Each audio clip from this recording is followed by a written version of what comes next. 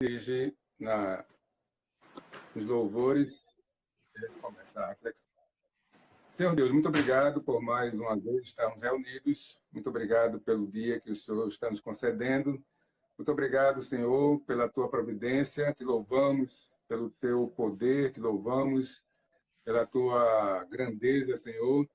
Confiados sempre em ti, tu estás conduzindo tudo, estás na direção de tudo. Ajuda-nos, Senhor, nesse momento que estamos vivendo, que o Senhor nos dê força e sabedoria para superar, Senhor, esses dias maus. Ajuda-nos agora para que o nosso louvor seja em espírito e verdade, a leitura da Tua palavra nos fortaleça, nos alegre e que nós sejamos, Senhor, confortados e dirigidos por Ti. Em nome de Jesus que nós te pedimos e te agradecemos. Amém. Amém. Vamos lá?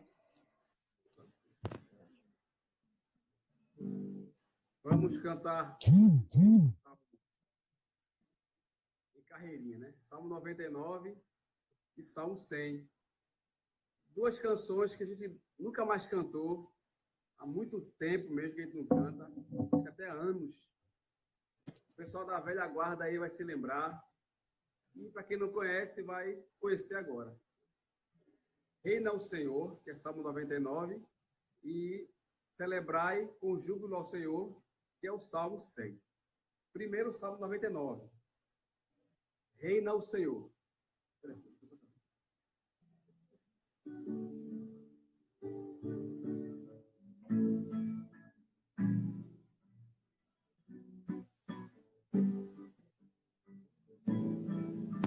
Todos. Reina o Senhor, trema os povos. Reina o Senhor, trema os povos. Ele está entronizado acima dos querubins. Mais uma vez, reina o Senhor. Reina o Senhor, trema os povos. Reina o Senhor.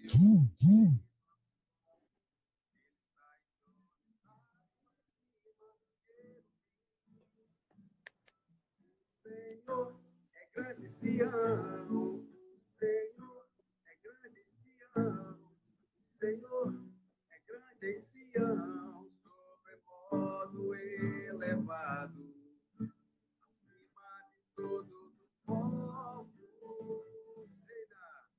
Reina o Senhor, trema os povos, reina o Senhor, trema os povos, ele está entronizado acima dos querubins.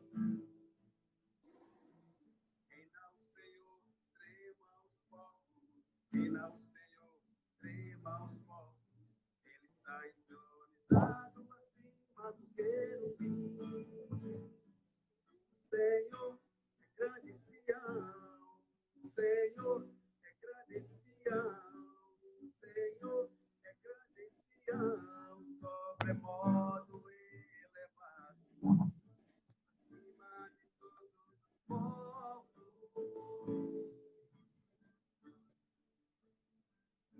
Agora o Salmo 100. Celebrai com o Senhor. Flávio.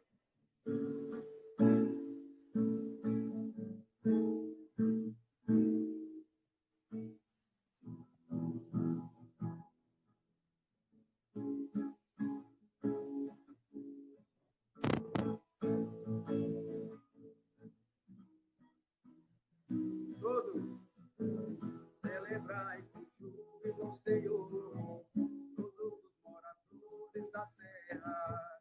Sede ao Senhor com alegria, apresentai-vos a Ele com cânticos. Sabei que o Senhor é bom e eterna a sua bondade e a sua fidelidade de geração a geração. Aleluia, glória, aleluia. Aleluia, glória, aleluia. Aleluia, glória, aleluia. Aleluia, no começo. Celebrai com júbilo ao Senhor, todos os moradores da terra. Sede ao Senhor com alegria, apresentai-vos a Ele com cânticos. Sabei que o Senhor é bom e eterna a sua bondade e a sua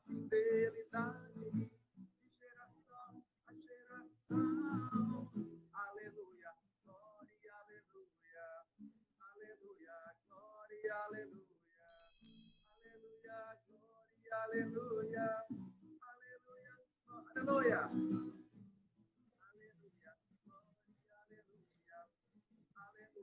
Glória, aleluia, aleluia, aleluia, aleluia, glória, aleluia, amém. Amém.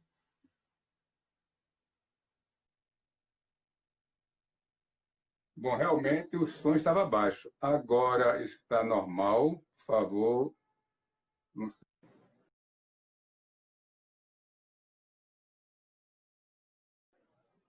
No celular do Flávio. Estão me ouvindo bem agora?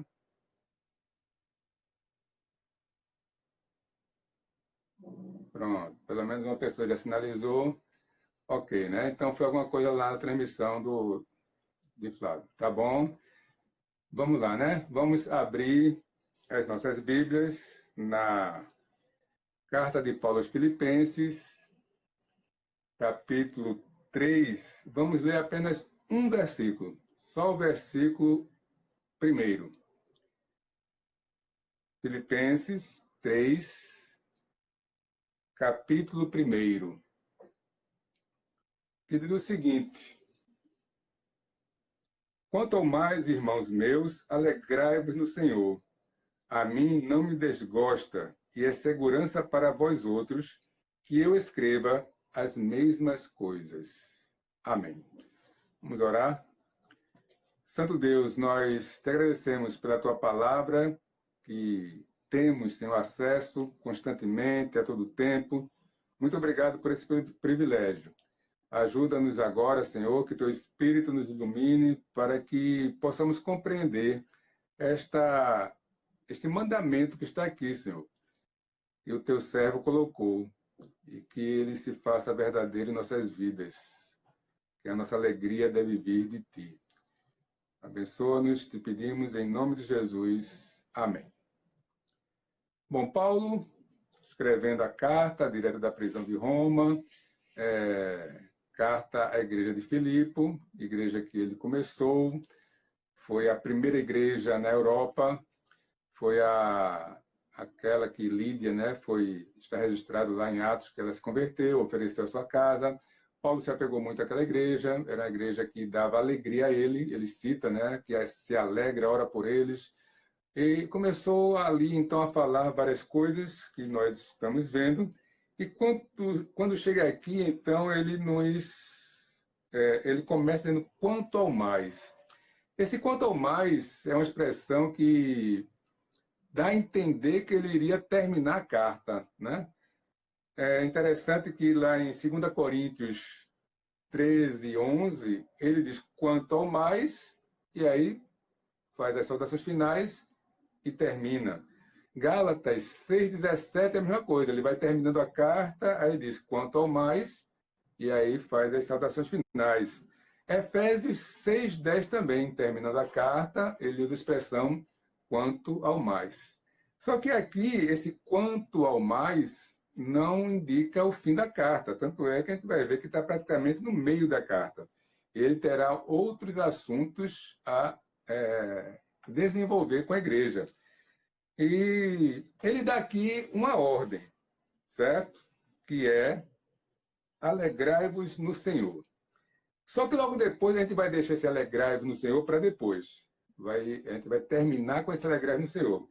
Mas ele chega aqui e diz o seguinte: a mim não me desgosta e é segurança para vós outros que eu vos escreva as mesmas coisas. Escrever as mesmas coisas. O que Paulo está querendo dizer aí? Primeiro que ele diz, olha, isso não me desgosta. Não me desgosta. Não tenho dificuldade com isso. Não tenho problema com isso em estar repetindo as coisas. Nesses anos todos lá na igreja, por várias e várias vezes, eu falei que há assuntos que eles precisam ser repetidos constantemente. Isso é inquestionável. E a própria palavra de Deus, nós precisamos estar em contato com ela constantemente, lê-la constantemente. A leitura bíblica, ela deve ser de todos nós, né? Pastor, presbítero, diáconos, professores, cada membro, cada cristão constante. É ler Gênesis, Apocalipse. Eu sei que muita gente não consegue fazer isso, mas nós devemos ler de Gênesis a Apocalipse. Terminou? Começa Gênesis, Apocalipse. Terminou? Gênesis, Apocalipse. Terminou? Não me desgosta, viu? Repetir. Gênesis, Apocalipse. Terminou? Repito. Gênesis, Apocalipse. E assim a vida toda. Aí você vem com aquela história. Não, mas eu já li. Olhe, você pega... Tem gente que lê um livro, um romance, 30, 40, 50 vezes.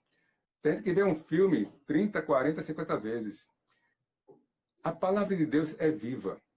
A palavra de Deus, ela age em nós. Então, lê-la constantemente, repetir a leitura dela, não tem problema. E Paulo vai aqui nesse argumento, não me desgosta estar repetindo para vocês. Eu não tenho dificuldade com isso. E é segurança para vocês. Segurança essa repetição. Eu me lembro que teve uma vez que eu convidei um amigo, pastor, para pregar lá na igreja, pastor Chagas. Faz muito tempo, acho que bem uns 10 anos ou mais. E era um domingo de manhã. E ele pregou sobre a história de José. A história de José, todo mundo conhece, né? A gente sabe de trás para frente, de frente para trás, quem é da igreja, cresceu na igreja, conhece tudo e sabe aquela história. E naquele dia, especificamente, ele contando aquela história, mas foi tão bom para mim, sabe? Você rever, ouvir novamente, fazer a conexão daquela história tão conhecida com aquele momento que você está vivendo. Então, Paulo, ele está dizendo isso aqui, olha, eu não tenho problema em estar repetindo. E veja que ele já havia repetido alguns assuntos nesses 2 capítulos anteriores que nós estudamos. Por exemplo, né, no capítulo 1, verso 27, ele fala o quê? Ele diz assim: vivei acima de tudo por modo digno do Evangelho de Cristo, para que, ou indo ver-vos, ou estando ausente, ouçam tocante a vós outros, que estáis firmes em um só espírito, como uma só alma, lutando juntos pela fé evangélica. Ele está chamando a atenção de quê? Da unidade da igreja. Aí, quando chega logo depois, no capítulo 2, verso 2, ele diz: completai a minha alegria, de modo que penseis a mesma coisa, tenhais o mesmo amor, sejais unidos de alma, tendo o mesmo sentimento. O que é que ele está falando aqui, mais uma vez? De unidade. Ele repete, ele reforça a ideia. Em 1,15, né, ele fala dos maus obreiros. Alguns, efetivamente, proclamam a Cristo por inveja e porfia. E aí, quando chegar agora, amanhã a gente vai ver, no capítulo 3, verso 2, acautelai-vos dos cães, acautelai-vos dos maus obreiros, da falsa circuncisão. Então, tome cuidado com aqueles que estão pregando heresias por aí. Isso acontece o tempo todo, acontece conosco hoje. Então, Paulo repetia essas coisas para que houvesse segurança por parte da igreja nos assuntos. E assim nós devemos fazer, né? Não ficar querendo novidades. Quando Paulo chega em Atenas, né, lá em Atos, capítulo 17, há uma coisa bem interessante, que muita gente é desse jeito aqui, né, que ele... Atos 17, 16. Enquanto Paulo os esperava em Atenas, seu espírito se voltava em face da idolatria dominante na cidade. Por isso, dissertava na sinagoga entre os judeus e gentios piedosos e tal. E aí eles queriam o quê? Saber das novidades. Quando viu Paulo falando aqui no verso 19, então, tomando consigo, levaram para o Areópago, dizendo: podemos saber que nova doutrina é essa que ensinais? Posto que nos trazes aos ouvidos coisas estranhas, queremos saber o que vem a ser isso. Aí no verso 21, pois todos de Atenas e os estrangeiros residentes de outra coisa não cuidavam, senão dizer e ouvir as últimas novidades. Então veja, não há problema em querer saber das novidades. O problema é querer saber de novas doutrinas. Está atrás de ensinamentos novos, de coisas que estão sendo reveladas aos profetas atuais, né? Falsos profetas, pode-se dizer e afirmar com certeza. Então, nós temos que ter cuidado em estar querendo novidades. E Paulo, veja, o que um pastor hoje vai pregar, a não ser a doutrina de Cristo e dos apóstolos? O que um pastor que quer realmente alimentar as ovelhas vai falar, a não ser o que está nas Sagradas Escrituras? A nossa questão é contextualizar, isso é importante, mas não pode ter novidade. Então, Paulo chega e diz, não me desgosta, e é segurança para vós outros que eu escreva as mesmas coisas. Mas aí ele tinha dito, né? Quanto ao mais, irmãos meus, alegrai-vos no Senhor. E ele vai repetir, viu? Vocês vão ouvir novamente isso aí, está lá em Filipenses 4:4. Só que lá em 4:4 ele acrescenta uma coisa: alegrai-vos sempre no Senhor. E ainda repete: outra vez vos digo, alegrai-vos. Ora, Filipenses é a epístola da alegria. E Paulo chega aqui e dá uma ordem, está no imperativo: alegrai-vos no Senhor. Pense no problema, é esse. É nós realmente fundamentarmos nossa alegria no Senhor. Temos uma dificuldade tremenda de fazer isso. É interessante, vocês sabem que eu gosto muito de filme, e 2 filmes me vieram à mente quando eu estava aqui refletindo sobre essa alegria no Senhor. Um deles é A Procura da Felicidade, né? Interessante que os 2 filmes agora que eu atentei é a relação de pai com filho, né? Pai com filho. E aí a gente, o que que faz? Eles lá no filme, né? A Procura da Felicidade, o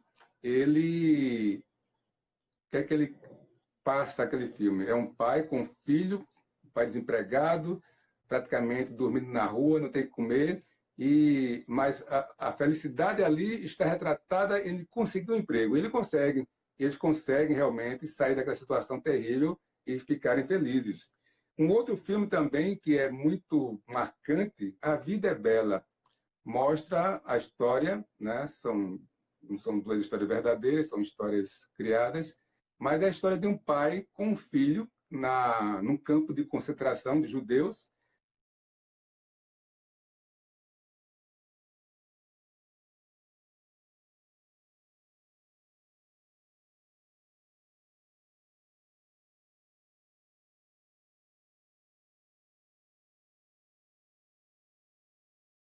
O filho não perceber o que estava acontecendo. É interessante porque, de 2 formas diferentes, os pais conseguem preservar os filhos dos sofrimentos que estavam acontecendo ali.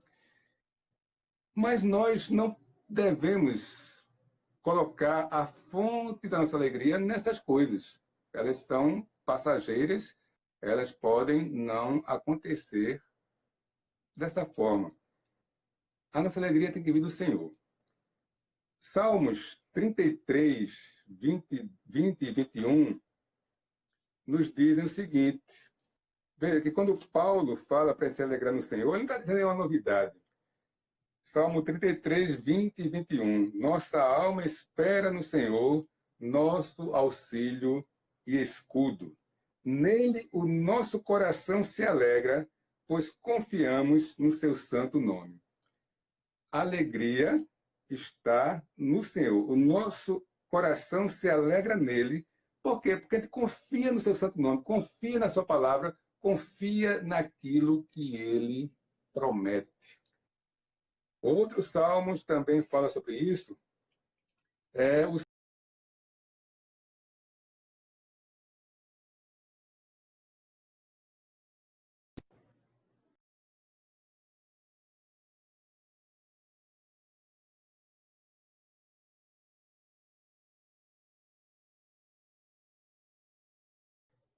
O justo se alegra no Senhor e nele confia. A nossa alegria, então, tem que estar baseada no Senhor. Isaías também fala sobre isso. Veja Isaías 61:10. Ele chega e nos diz o seguinte: regozijar-me-ei muito no Senhor. A minha alma se alegra no meu Deus, porque me cobriu de vestes de salvação e me envolveu com o manto de justiça, como noivo que se adorna de turbante, como noiva que se enfeita com as suas joias. Então, veja, o profeta diz aqui que ele se alegra muito no Senhor. A alma dele se alegra no Senhor. Agora, por quê? Porque deu um carro novo para ele? Por que ele está alegre aqui no Senhor? Porque ele pôde pagar as contas todas dele? Não, porque ele cobriu ele de vestes de salvação e manto de justiça. Ora, Deus nos deu a salvação e a justiça dele não mandou o seu filho para morrer em nosso lugar. Então, se nós começarmos realmente a colocar as coisas na devida ordem, sabendo que Deus é o Senhor de todas as coisas, Ele é o meu Senhor, é o seu Senhor, Ele está no controle de tudo, Ele faz promessas para a gente, Ele nos deu vida estando nós mortos e nossos delitos e pecados, Ele mandou seu Filho para salvar o seu povo dos pecados dele. Então, essas coisas têm que ser a fonte da nossa alimentação, do nosso espírito. Com certeza, nós passamos por problemas neste mundo, né? Além desse grande problema geral de todos nós, que é essa pandemia, os outros problemas continuam. Não tem intervalo para os outros problemas. Tem um presbítero da igreja de Olinda que está internado, estava no UTI, está internado, precisa fazer cirurgia. Aproveitando, eu acabei de receber uma notícia aqui, nossa irmã Valéria falando que os hospitais estão sem sangue. Cirurgias estão sendo canceladas, não é por conta de outra coisa, não, é porque não tem sangue. Então, nós precisamos trabalhar para que essas coisas se superem. E aí a gente tem que sair da nossa ilha de conforto, temos que estar mais em comunhão com todos, tem que haver mais unidade nossa com o restante das pessoas, e nós, então, focarmos nossa alegria no Senhor, na comunhão que Ele quer que nós tenhamos, naquilo que Deus quer que nós façamos. Então, vamos tentar sair um pouco, né, do nosso eu. Passamos por dificuldades, passamos por problemas, problema financeiro, problema sentimental, problema de relacionamento com o pai, com o filho, desemprego, doença, dor, né? Gente que está sentindo dor porque está doente. Tudo tenderá a mudar dependendo de como a gente encara essas coisas. Então, quando Paulo chega e diz, alegrai-vos no Senhor, ele está dizendo, ó, a nossa alegria tem que vir de uma fonte perene, que não muda, que não falha, que não termina, que é suprema. Essa fonte é o Senhor. Não é o emprego de a procura da felicidade, não é o fim da guerra, de a vida é bela, mas é no Senhor. A alegria nossa tem que ser do Senhor. E lembre-se, Paulo estava onde? Paulo estava na cadeia, né? Ele não tinha motivos externos para estar alegre. Ele simplesmente tinha a vontade de servir ao Senhor. Ele estava pronto para se oferecer em oferta, tanto para a vida quanto para a morte. Então, Paulo tinha... ele pode dizer isso. Ele não estava no conforto de uma casa, de um hotel, de uma pousada. Ele estava numa casa, aprisionado, sendo vigiado 24 horas por dia, privado da sua liberdade. Mas ele chega e dá essa ordem, alegrai-vos no Senhor. Então, nesse tempo de dificuldade, né, que nós possamos ter a nossa alegria no Senhor. Ele é a fonte da verdadeira alegria, Ele é o nosso Salvador, Ele é o nosso Senhor. Então, a nossa alegria deve vir dEle, sempre dEle, seja qual for o problema que você esteja passando. Vamos orar? Santo Deus, muito obrigado, Senhor, porque através do Teu servo, que no momento de dificuldade, preso, Senhor, privado da sua liberdade, pôde escrever esta carta para uma igreja que ele amava, uma igreja que era motivo de alegria e também de preocupação. Mas aqui, Senhor, ele, pela primeira vez, ele ordena que eles se alegrem no Senhor. Que nós tenhamos a convicção, a certeza que nossa alegria vem de Ti, Senhor. Que as coisas neste mundo são circunstanciais. Hoje tem, amanhã não tem. Hoje pode estar conosco, amanhã não. Então, que nós possamos realmente Te servir baseados unicamente em Ti, naquilo que Tu és. No Deus, Senhor, Salvador, no Deus que cuida de tudo. Que nós não nos guiemos apenas por aquilo que estamos vendo, mas que confiemos na Tua palavra. Pedimos por todos aqueles que estão à frente, Senhor, nos hospitais, no Brasil e no mundo. Capacita, dá forças, da saúde, condições, ser com o nosso presidente, com os nossos governadores, prefeitos, a liderança no Brasil e no mundo, para que soluções possam ser encontradas, ser com os médicos e todas as equipes, Senhor, nos hospitais, nos postos, os cientistas que estão à procura de soluções, que Tu capacite a todos, Senhor, para que consigamos superar esse problema. Abençoa o Teu povo, ser com aqueles que estão enfermos, tem misericórdia, dá-nos a noite de paz, em nome de Jesus. Amém. Bom, nós reforçamos o que dissemos durante a reflexão, de que nós precisamos... Vou fazer o possível para amanhã fazer a minha doação de sangue. E aí eu vejo como é que está, né? E coloco no grupo da igreja, para que outros possam, então, também fazer, né? Se possível, se tiver condições, saúde e tudo mais, tá certo? Então, uma boa noite, Deus vos abençoe. Agora, um momento da oração, que vocês aí nos seus lares possam dedicar este momento para orarem, tá certo? Deus vos abençoe, boa noite e até amanhã, se Deus quiser.